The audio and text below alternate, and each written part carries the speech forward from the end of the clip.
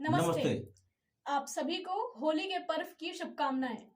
रंगोत्सव पर्व की सपरिवार मित्रगण सहित सभी भारतीयों को और सभी जो विदेशी भी हैं, विश्व बंधुत्व की भावना के नाते जो भी होली मनाते हैं उन्हें हैप्पी होली। अनंत शुभकामनाएं।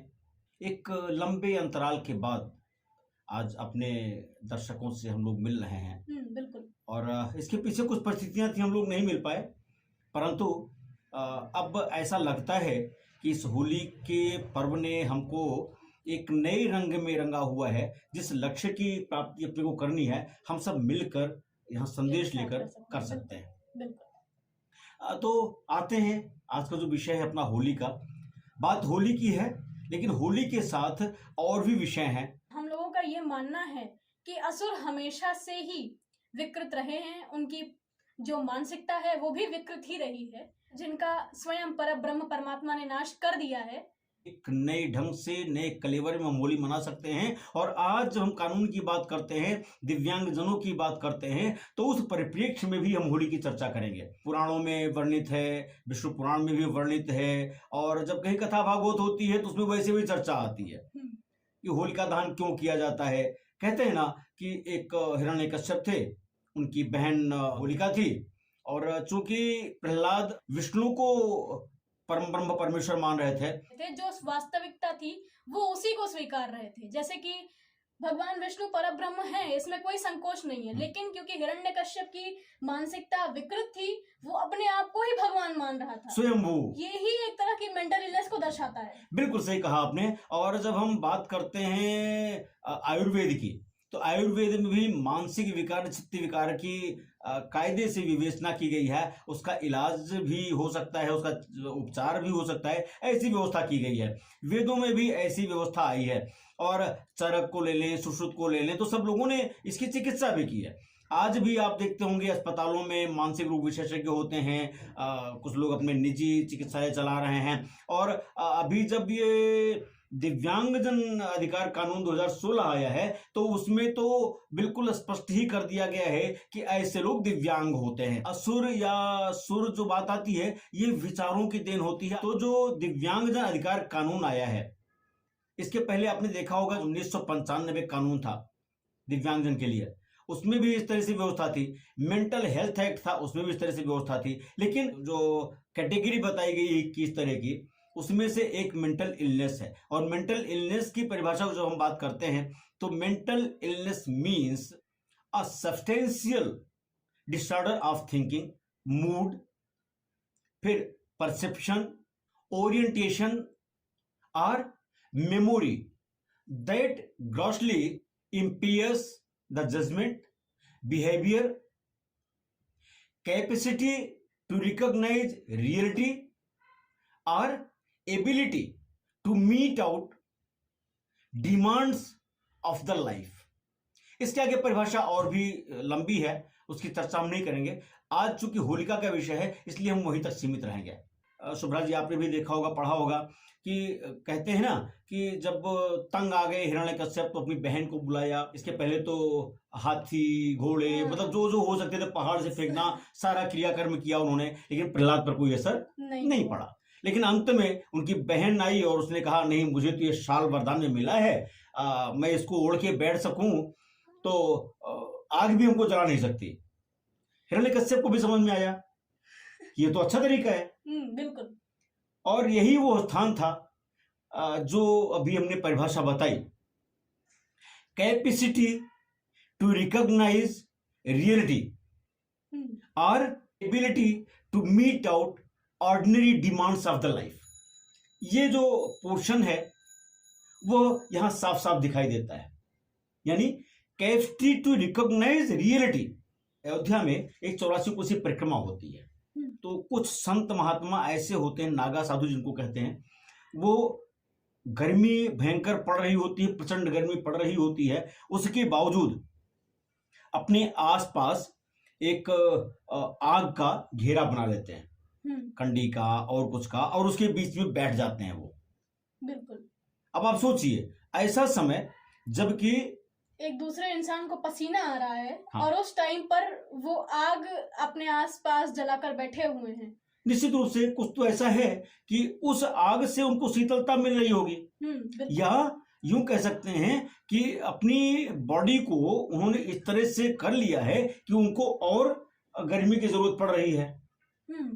एक तरह से हम ये भी कह सकते हैं, मतलब जो गर्मी पड़ रही है उससे उनको लगता है कि ये कम है, हमको और टेम्परेचर की जरूरत है। योग के द्वारा बहुत सारा कुछ ऐसा होता है। एक उदाहरण अगर विज्ञान का हम लें तो आप देखेंगे समतापी और विषमतापी दो तरह के जीव होते हैं। आप देखोगे ठंडक आती है ना, तो जो कुछ मेढक जमीन के अंदर चले जाते हैं, एक ऐसी सतह पर चले जाते हैं जहां पर उनका गर्मी मिल सके। हाँ, मतलब उनका तापमान प्रभावित ना होने पाए, जो उनके शरीर का है उनको हानि ना पहुंचने पाए, इसलिए ऐसे तल पर पहुंच जाते हैं।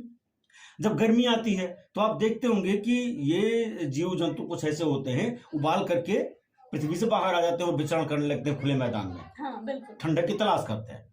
और जब बरसात आती है तो आप देखते होंगे यही मेढक अचानक बिल्कुल निकल पड़ते हैं, हाँ, टर्र टर्र की आवाज करते हुए। बिल्कुल। तो जब होलिका दहन की बात आई और होलिका प्रहलाद को इसलिए लेकर के उस अग्नि के ज्वाला के बीच में बैठी शाल ओढ़ करके कि प्रहलाद जल जाएगा और मैं बच जाऊंगी, लेकिन इसको अभी जो हमने कहा कैपेसिटी टू रिकॉग्नाइज रियलिटी, और इसी के साथ अभी एक शब्द हमने कहा था कि mental illness means substantial disorder of thinking, और फिर मूड के बाद हमें परसेप्शन कहा था।